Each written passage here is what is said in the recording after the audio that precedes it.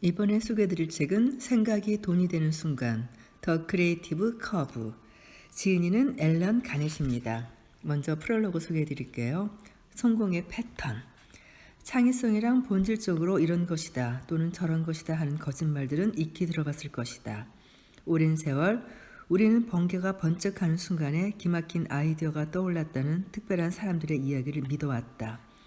베스트셀러 소설을 쓰거나 찬탄을 자아내는 그림을 그리는 일, 그것도 모자라 확산 속도가 빠른 모바일 앱을 개발하는 일에도 합리적인 생각이나 논리와는 무관한 신비한 요소가 개입되곤 한다.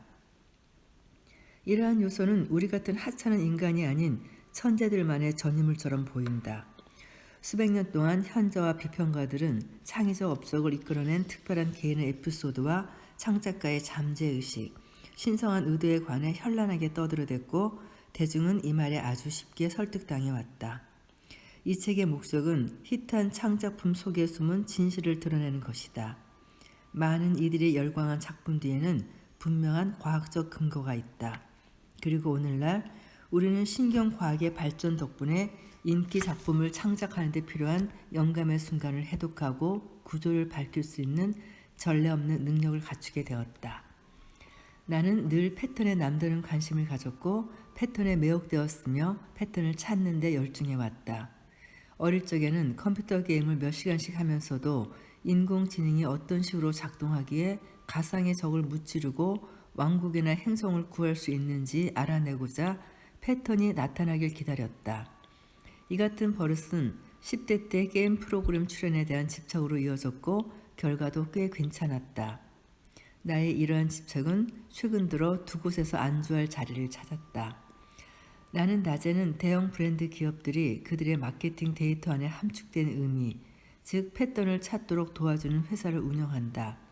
우리 회사는 포천 500대 기업과 빠르게 성장하는 스타트업들을 도와 과거 데이터를 기초로 향후 최고의 성과를 올릴 수 있는 전략과 마케팅 경로를 정확히 파악할 수 있게 해준다. 나는 밤에는 히트한 창작품 속에 숨은 패턴을 찾는 일과 관련된 일이라면 뭐든지 한다. 지난 2년 동안 나는 크리에이티브 분야에서 성공한 세계적 거장들을 찾아 몇몇을 인터뷰했다.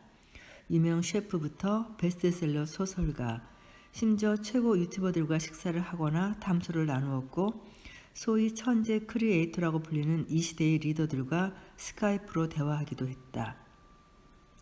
또 창의성, 천재성, 신경과학 연구 분야에서 내노라 하는 학자들과도 이야기를 나눌 기회를 가졌다. 그렇게 해서 내가 알아낸 것이 무엇일까? 결국 창의성을 둘러싼 신화는 신화에 불과하다는 사실이다. 이는 엑스맨처럼 남다른 초능력을 가지고 태어나지 않아도 위대한 예술작품을 창조하거나 큰 기업을 이룰 수 있다는 말이다. 사실 히트작을 낸 크리에이터들은 이를 만들기 위해 지렛대로 활용하는 패턴이 있었다. 그리고 이는 대부분의 사람들이 이용할 수 있는 패턴이다. 직관적이긴 하지만 배울 수 있으며 신비주의에는 아무런 관련이 없다. 환각제를 들이마시지 않아도 놀랍고 위력적인 영감과 통찰의 순간을 맞이할 수 있다. 앞으로 이 책에서 소개할 내용을 토대로 삼는다면 당신도 크리에이티브 분야에서 세계 최고의 천재들이 이룩한 곳을 의도적으로 따라할 수 있고 이를 통해 당신만의 위대한 아이디어를 창작해내고 실행하며 목표에 조금씩 다가설 수 있을 것이다. 그럼 이제 시작해보자. 앨런 가넷. 이 책은 마케팅계의 거장 세스 고딘과 다니엘 핑크의 강력 추천을 받은 책이에요. 사실 이 책은 이 두 사람의 추천만으로도 충분히 집어들 만한 이유가 있었던 것 같아요.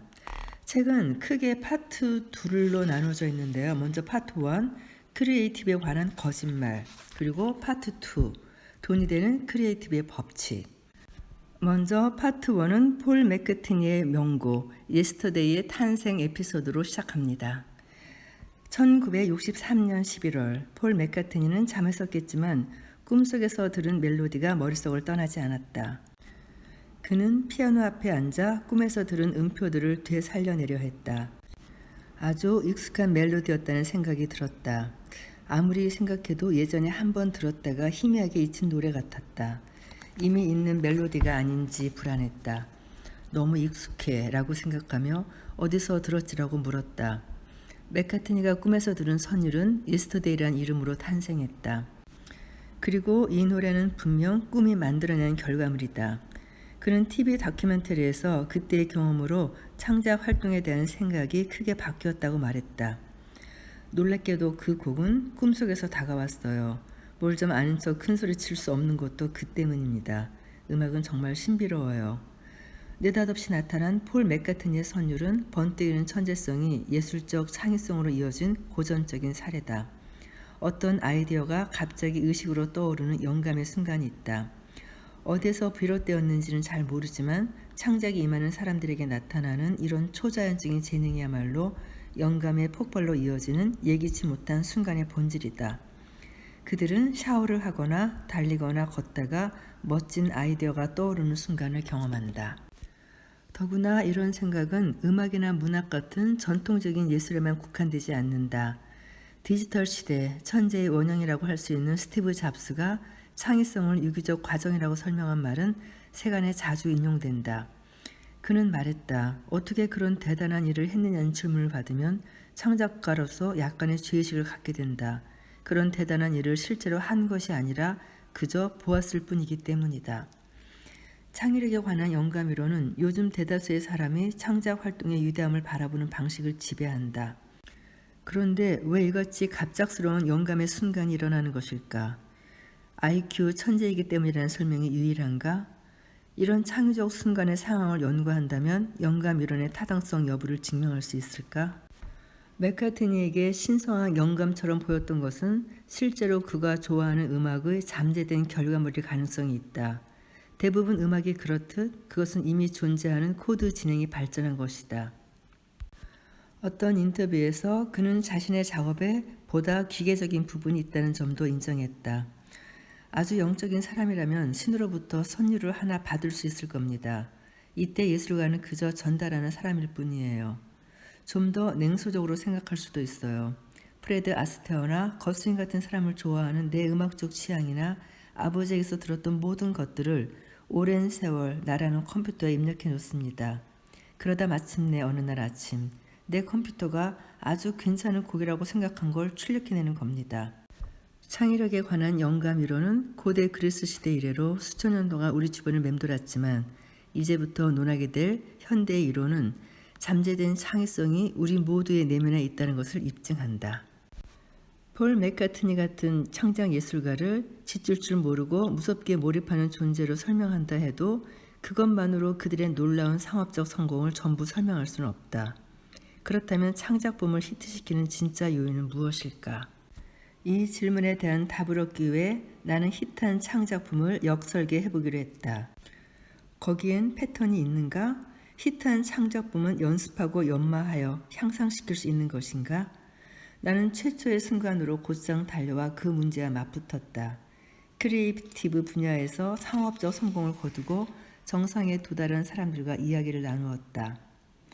세계적 성공을 거둔 사람들을 만나 비록 그들이 정확한 말로 표현하지는 않아도 자신의 잠재력을 분출시키기 위해 했던 조치를 찾아내려 했다. 나는 또한 창의성에 관한 최근의 과학을 닥치는 대로 섭렵하고 천재성을 해독하는 최신 도구나 기술을 사용하는 학자들을 인터뷰했으며 학계의 평가를 거친 논문이나 저널을 수도 없이 검토했다. 무엇보다 히트작 탄생에 무엇이 필요한지 설명하는데 과학이 도움을 줄 수 있을지 알고 싶어 했다. 결과가 어땠을까? 나는 성공 뒤에 감춰진 패턴을 찾았을 뿐 아니라 놀랍고도 흥미로운 사실을 발견했다. 바로 창의력에 관한 영감이론은 전혀 사실이 아니라는 것이었다. 이 책에서 나는 여러분에게 내가 찾아낸 그 패턴을 자세히 설명할 것이다. 이 책은 창의력이 필요한 분야에서 대단한 성공을 낳는 패턴을 이해하는 데 도움을 주는 지침서다. 여러분은 창의적 발상의 역사를 배우고 그리스 시대부터 오늘날 스냅챗과 인스타그램 등이 눈부신 속도로 움직이는 시대에 이르기까지 이 창의적 발상이 어떻게 발전해 왔는지를 살펴보게 될 것이다. 여기서 말하는 창의성에 관한 학문적 정의는 색다른 그러면서도 가치가 있는 어떤 것을 만드는 능력이다. 뭔가 이색적이고 독창적인 것을 만들어내는 일이 창의성의 전부라고 생각한다면 오산이다. 창의적인 것은 가치가 있어야 하고 많든 적든 사람들이 그 창의적 산물에서 중요성이나 유용성을 찾아내야 한다. 또한 트렌드 과학에도 뛰어들 것이다. 트렌드라고 하면 노래든 제품이든 어떤 것의 가치를 많은 사람이 인정한다는 의미가 있다. 트렌드에서는 인간 심리에서 모순적으로 보이는 두 가지 충동을 확인할 수 있다. 즉, 사람들은 익숙한 것을 원하면서도 색다른 것을 찾는다. 우리는 알 수 없는 것으로부터 자신을 보호하기 위해 집안의 편안함이나 가까운 친구들처럼 낯익은 것을 찾는다. 하지만 우리는 또한 색다르고 흔치 않은 자극이나 혹시 모를 보상을 추구한다. 연구 결과에 따르면 이런 모순되는 충동에서 비롯되는 긴장이 선호도와 친숙성의 관계에서 종형 곡선을 만들어낸다. 나는 이러한 종형 곡선을 크리에이티브 커브라고 부른다. 조금 더 설명을 하자면요. 세로축을 선호도로 놓고 가로축을 친숙성으로 놨을 때 친숙성이 많아질수록 선호도가 올라가죠. 처음에는. 그러다가 친숙성이 정점을 찍고 나면은 그다음부터는 이제 관심이 시들해지겠죠. 그러면 선호도가 점점 떨어지는 그런 그래프를 말하는 거예요. 그리고 이 그래프에서 중요한 거는요. 선호도와 친숙성이 가장 최정점에 달하 있는 그 종 모양의 최정점이 아니라 그 정점을 가기 직전, 그것을 스위트 스팟이라고 부르는데요. 스위트 스팟이란 선호도와 친숙성, 안전함과 놀라움, 유사성과 차이점이 최적의 긴장을 유지하는 지점을 말한다. 그리고 나는 인터뷰와 연구를 병행하는 과정에서 높은 인기를 누리는 창작가들이 의식적이든 무의식적이든 바로 이 스윗 스팟을 찾아내는 방법을 개발해 왔다는 사실을 발견했다. 어느 분야에서 일하든 내가 인터뷰한 혁신가들은 놀라울 정도로 비슷한 방법을 구사했다. 그들은 익숙한 것을 이해하고 청중이 분명 반응하리라 예상되는 정도의 색다름을 활용했다. 그 다음 그들은 천천히 자신의 예술적 스타일을 바꿔가며 작품에 대한 지속적인 흥미를 유도해냈다. 이 창작가들이 창의적 재능을 터득하기 위해 배운 방법을 나는 크리에이티브 커브의 법칙이라고 부르겠다. 이 책의 2부 파트 2에서는 이들 법칙의 개요와 세부적 내용을 4가지로 설명할 것이다. 첫째, 소비 법칙, 두 번째, 모방 법칙, 세 번째, 창작 공동체 법칙, 네 번째, 반복 법칙이 그것이다. 파트 2로 넘어가기 전에 잠깐 창의성의 역사를 살펴보자. 시인은 가볍고 날개 달린 신성한 존재여서 영감이 떠올라 신들리고 이성을 잃기 전에는 절대 시를 쓸 수 없다. 이 말을 한 사람은 플라톤이다.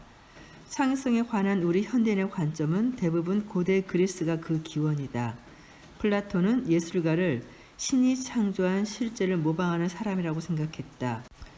그리스인들이 예술 작품을 설명하는 데 사용하곤 했던 미메시스란 말 역시 모방이라는 뜻이다. 창의성을 좀 더 이해하기 위해 다윈과 월리스의 이야기를 들어보자. 두 사람은 학계에서 말하는 동시 발명의 덫에 걸려 있었다. 두 사람 모두 자연 선택설을 발견했지만 지금 월리스를 기억하는 사람은 거의 없다. 그런데 이 이야기는 창의성을 이해하는 데 중요한 단서를 제공한다. 의외일지 모르지만 천재는 객관적 지표의 근거에 부여받는 라벨이 아니다. 천재 크리에이터로 여겨지려면 대중이 그들의 혁신을 받아들여야 한다. 아무리 멋진 소설을 써도 책으로 출간하지 않는 소설가를 역사는 기억하지 않는다. 사람들은 창의성이라는 말을 입에 올리지만 사실 그것은 주로 널리 채택되거나 받아들여지는 창의적 산물을 이야기하는 것이다. 스티브 잡스나 피카소를 생각해보라. 창의적인 산물과 기발한 아이디어를 생각해내는 능력은 별개다. 어떤 작품이 창의적이라는 호칭을 받으려면 다른 사람들이 인정해 주어야 하고 심지어 천재 크리에이터라는 호칭을 받으려면 상당히 많은 사람으로부터 인정받아야 한다. 칙센트미아에는 창의성은 정체를 밝혀내기가 무척이나 어려운 문제라고 썼는데 그는 이런 사례를 들었다. 우리는 특이하게 생긴 아프리카의 가면을 보고 천재 크리에이터가 만들었다고 생각한다.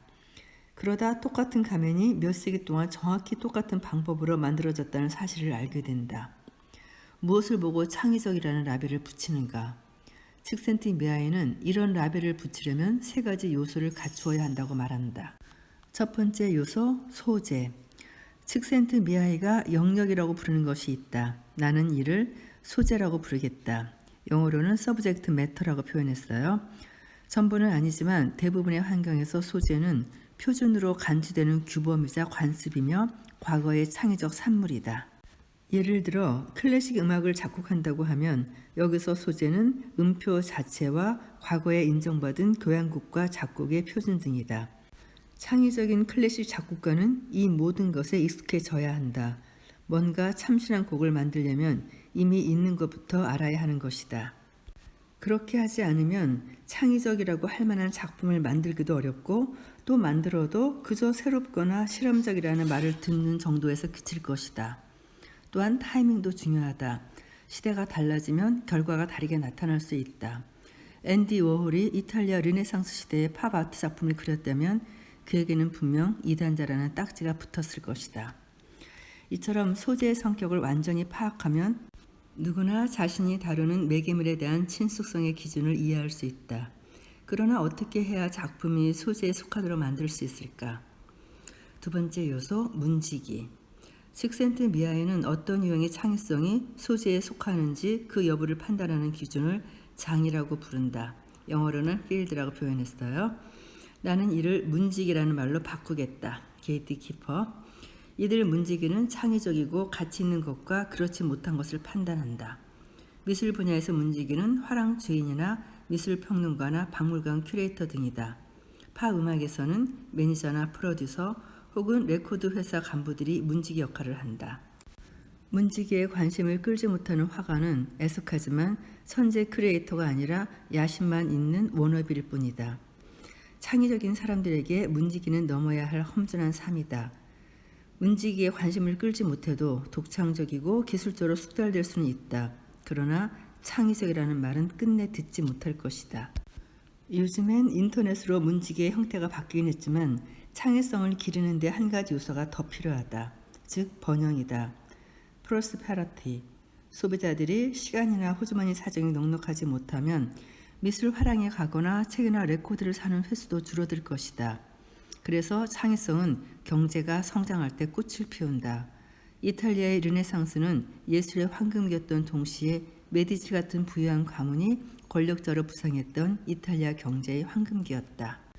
세 번째 요소는 개인이다. 창의성의 세 번째 필수 요소는 개인, 인디비주얼이다. 창의성에 관한 문헌들은 대부분 개인에게 초점을 맞추지만 청정 지역에서 독야청청하는 예술가는 없다. 무엇보다도 창작가는 노력에 대한 경제적 대가가 따르는 곳에서 활동해야 한다. 다음으로 시대정신에 맞는 작품을 만들 줄 알아야 한다. 그리고 기교면에서 세련된 작품을 창조해야 한다. 마지막으로 그들은 창의성이라는 성수로 세례를 줄 문지기 앞에 나아가 그들을 설득해야 한다. 식센트 미아에 따르면 개인은 기교적인 재능뿐 아니라 미디어와 소비자와 문지기에 관심을 끌 수 있는 실질적 속성을 갖춰야 한다. 예술가로 성공하려면 자신의 브랜드를 팔 수 있는 설득력을 갖추고 있어야 한다는 것이다. 세간의 관심을 끌고 대중의 이목을 집중시킬 수 있어야 한다. 소재와 문지기 그리고 개인이라는 세 가지 요소는 개인이나 작품이 창의적이라는 호칭에 어울리도록 조율되어야 한다. 식센트 미아에는 그의 저술 속에서 이 문제에 대해 이렇게 요약했다. 독창성이나 참신한 인식, 발산하는 사고 능력은 모두 바람직한 개인적 특성으로 여겨지며 이러한 인식을 딱히 거부할 이유는 없다. 그러나 대중이 인정해주지 않는다면 그런 요소도 창의성을 구성하지 못하고 천재 역시 만들어내지 못한다. 즉, 이 모든 것이 창의성과 천재가 사회적 현상이라는 사실을 다시 한번 상기시킨다. 누구나 훈련만 올바르게 받는다면 수준 높은 작품을 만들어내는 데 필요한 기술을 연마할 수 있다. 그런데 기술만으로는 창의적인 작품을 만들 수 없고 예술가의 신전에 들어갈 수도 없다. 예술가는 대중의 인정을 받아야 한다. 그래서 타이밍이 중요하다. 그렇다면 어떻게 타이밍을 잡을 것인가? 목적이 있는 연습에 몰두하면서 타이밍을 향상시킬 방법이 있단 말인가? 당연히 있다. 로버트 자이언스는 미시간 대학교에서 심리학으로 박사학위를 받고 이후 인간의 행동을 추진하는 동력을 찾는데 평생을 헌신하여 많은 성과를 냈다. 1968년 그는 미시간 대학교에서 언어 학습 실험을 한다며 학생들을 모집했다. 그는 학생들에게 엉터리 한자들을 보여주면서 이들 모두가 형용사라고 일러주었다. 그는 각각의 글자를 피실험자들에게 다양한 빈도로 보여주었는데 한 번도 보여주지 않은 글자가 있는가 하면 어떤 글자는 20번을 보여주었다. 마지막으로 자이언스는 피실험자들에게 각각의 형용사의 의미가 얼마나 긍정적이거나 부정적인지 추측해보라고 했다. 개인적으로 그 한자가 얼마나 마음에 드는지 말해보라고 했다. 이 실험은 사람들의 취향과 선호도를 이해하는데 상당히 큰 영향을 미쳤다. 그는 사람들이 어떤 것을 얼마나 긍정적으로 생각하는지 그리고 그것을 얼마나 좋아하는지를 결정하는데 매우 중요한 역할을 하는 건 친숙성이라는 사실을 밝힌 것이다. 즉 어떤 한자는 여러 번 노출되었다는 사실만으로 피실험자들이 그 글자를 긍정적으로 생각한 것이다. 자이언스는 이런 현상을 단순 노출 효과라고 불렀다. 그의 연구 결과는 이후 의미 없는 말부터 예술과 광고에 이르기까지 다양한 분야에서 사실로 입증되었다. 즉 친숙해질수록 더 좋아하게 되는 것이다. 그런데 아이폰의 새 모델이 나오는 순간 그전까지 아무렇지 않게 사용하던 아이폰이 갑자기 구닥다리처럼 보인 경험이 있지 않은가? 친숙한 것이 더 편안하다는데 어찌된 일일까? 이 질문에 대한 답은 자이언스가 실시한 또 다른 연구 결과에서 찾을 수 있다. 자이언스는 몇몇 사람들로 팀을 구성하여 그의 단순 노출 효과가 예술 세계에서 어떻게 작동하는지 조사했다. 우선 여러분이 미술관을 둘러보다가 한 추상화를 봤다고 하자 어떤 기분이 드는가? 이제 이 그림 앞을 5번 더 지나친다고 생각해보라. 이 그림을 반복적으로 본다면 작품에 대한 생각이 바뀔까? 10번 본다면 어떻게 될까? 25번을 보면. 결과는 25번 본 그림에 대한 학생들의 호감도는 처음 본 그림에 비해 약 15% 낮았다. 다시 말해 학생들은 친숙한 그림보다 참신한 그림을 더 좋아했다. 노출 빈도가 그림에 대한 호감도를 떨어뜨린 것이다. 이런 결과는 자이언스의 앞선 연구와 어긋난다. 새로운 연구에서는 친숙성보다 색다름이 더 인기 있었던 것이다. 왜 이렇게 다른 결과가 나왔을까? 이를 이해하려면 인간 두뇌의 신경 전달 물질인 도파민의 역할을 알아야 한다. 도파민은 쾌락 신경 전달 물질로 알려져 있다. 그래서 흔히들 고객을 만족시키고 그들을 상품이나 서비스에 중독되게 하려면 고객의 두뇌에 함유된 도파민을 자극해야 한다고 말한다. 그러나 엄밀히 말해 이는 사실이 아니다. 도파민의 역할은 훨씬 더 미묘하고 복잡하다. 두뇌에서 도파민이 하는 역할은 어떤 것에 관해 좀 더 알려고 할 때 그것에 언제 접근해야 할지를 결정해 주는 것이다. 도파민은 운동신경에 어떤 것을 해야 한다고 신호를 보내고 또 그럴 때만 학습 과정을 촉발시킨다는 것이다. 즉 도파민은 쾌락 신경 전달 물질이 아니라 동기 신경 전달 물질이다. 유명한 신경과학자인 디젤은 색다름이 두뇌의 동기 부위를 활성화시킨다는 것을 밝혀냈다.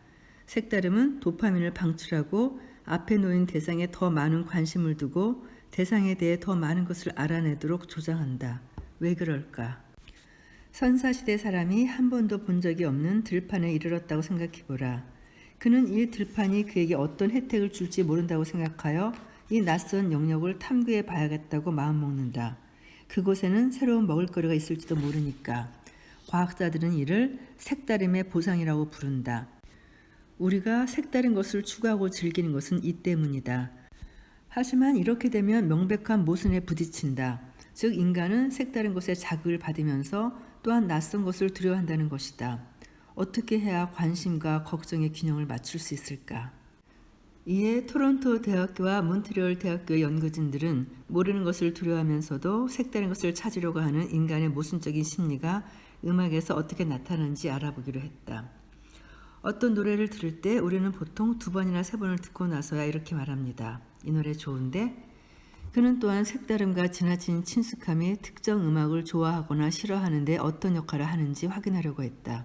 특히 싫어하게 되는 이유를 알고 싶었다. 인간의 두뇌가 늘 색다름을 추구한다면 학생들은 어떤 노래를 들을 때마다 좋아하는 정도가 조금씩 줄어들 것으로 예측할 수 있다. 동시에 모르는 것을 두려워하고 친숙한 것만 찾는다면 학생들은 음악을 반복해서 들을 때마다 그 곡을 조금씩 더 좋아하게 될 것이다. 그러나 결과는 그 어느 쪽도 아니었다. 음악을 집중해서 들었을 때 학생들이 음악을 즐기는 정도는 종영 곡선을 따랐다.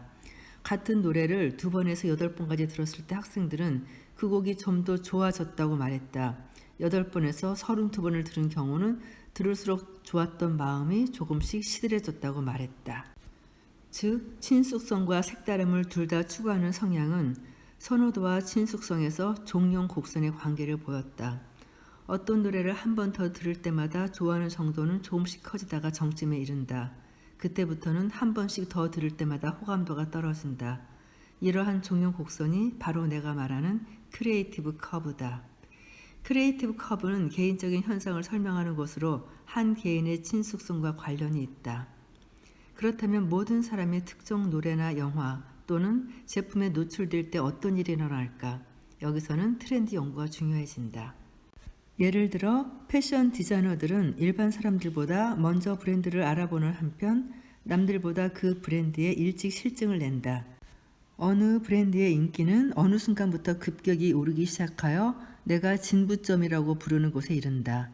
집단적 차원에서 볼 때 진부점에서는 색다름을 추구하는 성향이 약화하여 해당 브랜드가 과다하게 노출되고 과도하게 친숙해지는데 이후 노출 횟수가 늘어날 때마다 제품 혹은 아이디어, 개념에 대한 집단의 관심은 대체로 줄어든다. 크리에이티브 커브와 진부점의 속성을 모두 파악하는 문제는 주류 세계에서 성공을 성취하는 데 매우 중요하다. 다시 말해 널리 선택받을 기회를 늘릴 수 있을 만큼 친숙하면서도 동시에 사람들의 관심을 계속 끌어낼 수 있는 색다름의 보상을 창출할 만한 아이디어를 찾아야 한다. 2004년 초 어느 아이비리그 대학교에서 한 소셜 네트워크가 시작되었다.